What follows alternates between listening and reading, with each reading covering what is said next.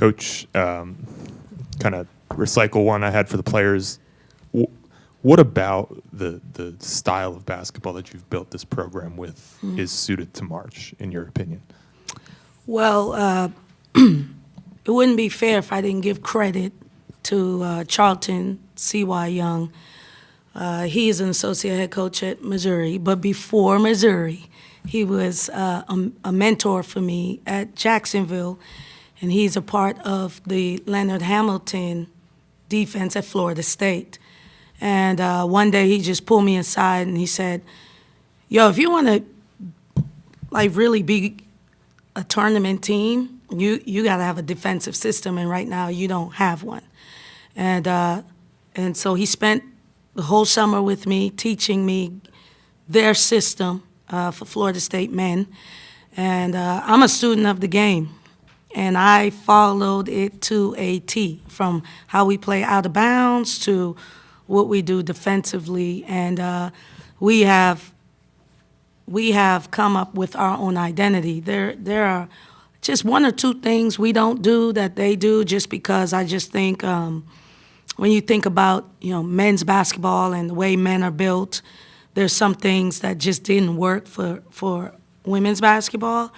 But the whole philosophy, our language, how we talk, how we think, that's the origin. And we've been doing it since year 3 at Ole Miss.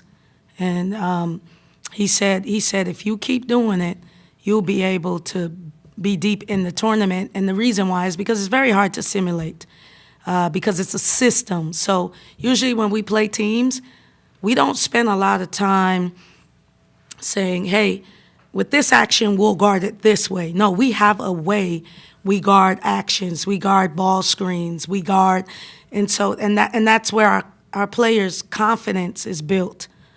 So while some teams, people do what works for them, they change it for the opponent, we don't change our philosophy, which is to dictate and disrupt. Now that's Ole Miss women's basketball. They didn't call it dictate and disrupt. But when we started really buying into it and living it, we started saying, this is what we're going to do. We're going to dictate and disrupt people on the defensive end and what they're trying to do offensively.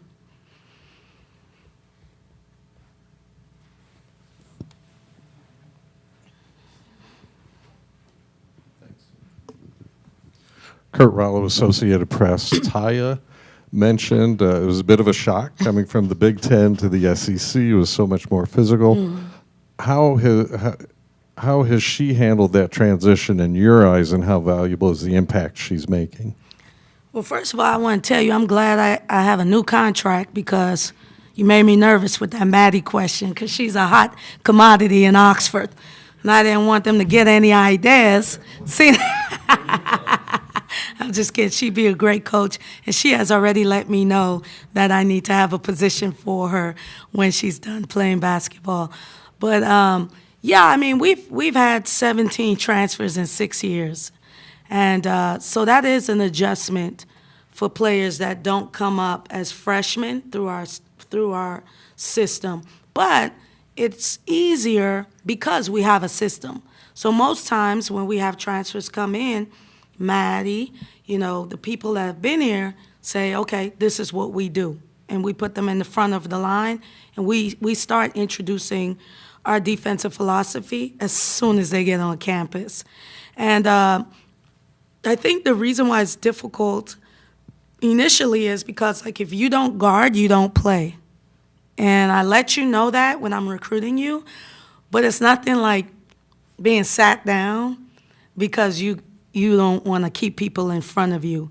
But what I do love about our defense is that I think it builds character, because it's something that you have to do that's challenging. Anything that's challenging, you have to have character. And everyone knows that in sports, when you score, that's what brings joy, right? And so let's even talk about philosophy. I prefer to be on the defensive end for the last possession than the offensive end.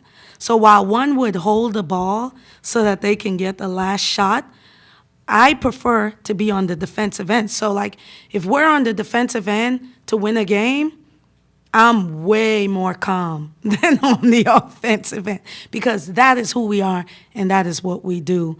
And I also want to mention this, too.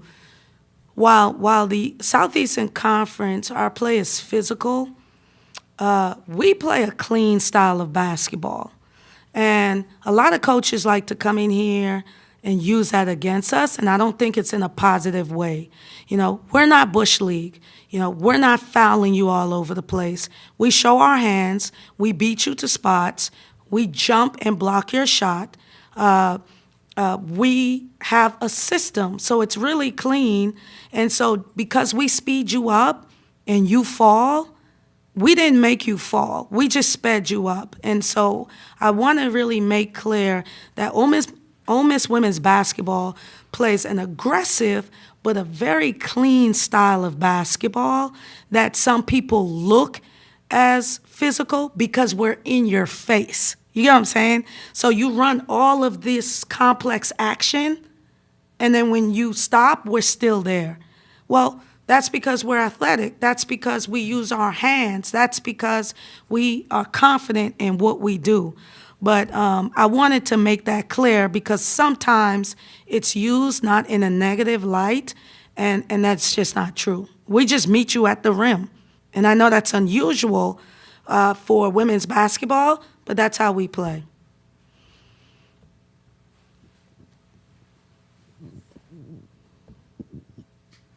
We just heard Maddie kind of talk about making the decision to be a leader. Obviously, you know, the outcome has been positive, but maybe not always easy for this team this year. Do you think you would be here had she not really made those contributions off the court, kind of in the locker room? Yeah. When you say here, meaning A 7 seed in the NCAA tournament. Shoot. I don't think we would be a 7 seed without Team 49. Like, this is really a group effort. It's one of the things that I've enjoyed. Our team understands, everybody understands how important their role is.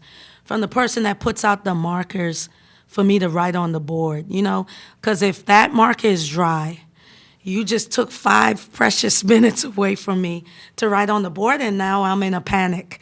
And so everybody understands their role. Obviously, I have an appreciation for Maddie. Maddie believed in me when not a lot of people did. We were 0-16 when Maddie committed, you know, and now she's decided to give a 5th year. And that's not normal in today's, in today's, you know, in the sport today because of the portal. And so this young lady has started from the beginning to now. And so when you talk about winning, I've won a lot of games, but just to see her up here and articulate in the manner that she did, and even Taya, who's been here 2 years, that's the win for me. We'll turn it over to a Zoom question here.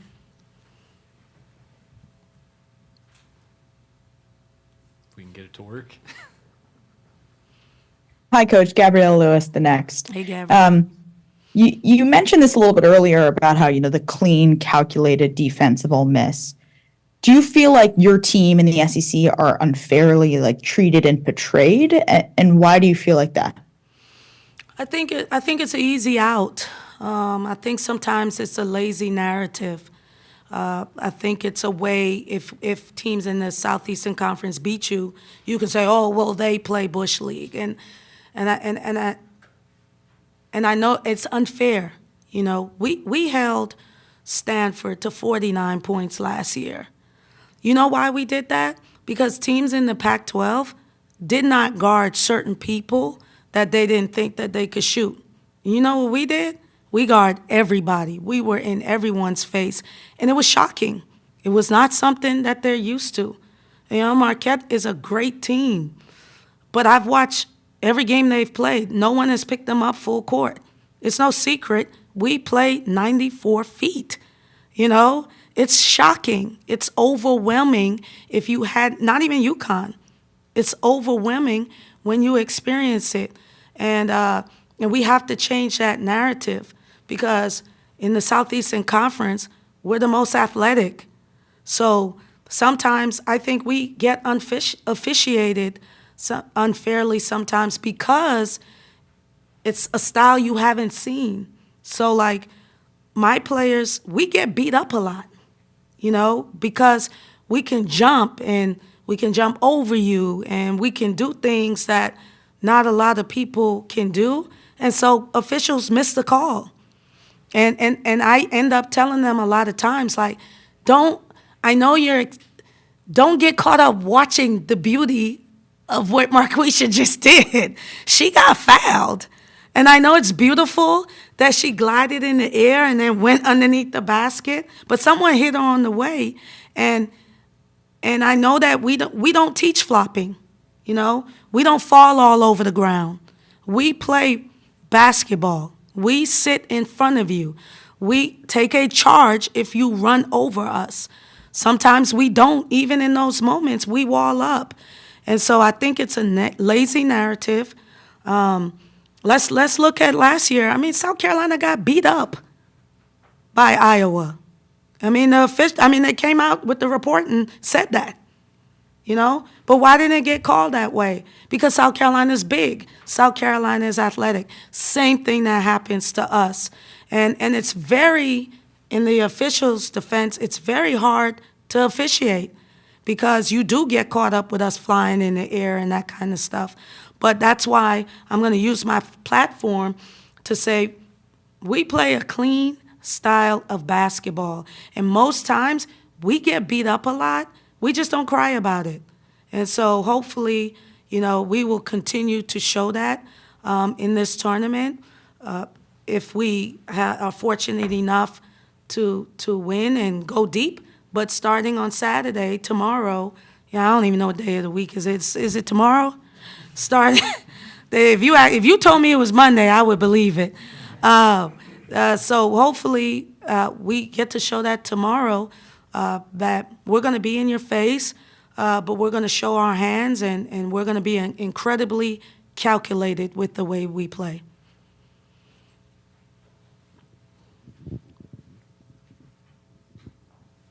Coach, did Snudda Collins travel here with the team, and is she still a part of this program? Yeah, Snudda did not travel with the team. Snudda decided to step back for a second. The timing couldn't be any worse, if you ask me. But I support our players. Snudda's getting ready to graduate.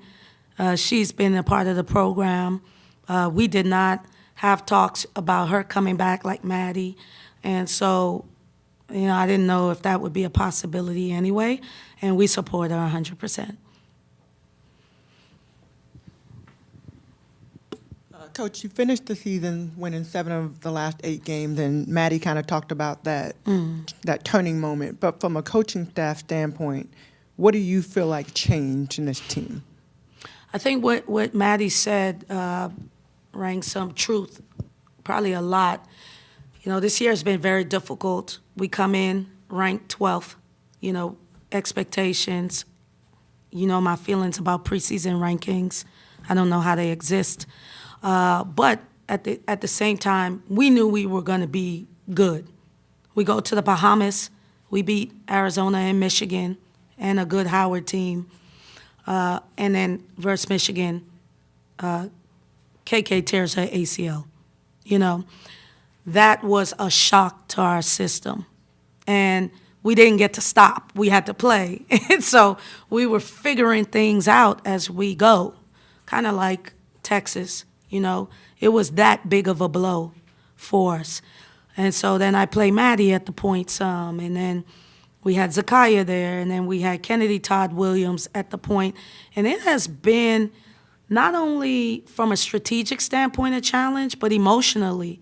Anybody that knows KK Deans, she's a mini-me, from her bravado, her persona, just how she moves, her swagger. It is on 100. And so for us to lose that, it made people have to step up. when we lost to South Carolina and then Texas A&M at home in the fashion we did, Toddy got ejected because she had a tech and an intentional. I brought the group in and I said, you guys have to make a decision right now. And there are only two sides of this.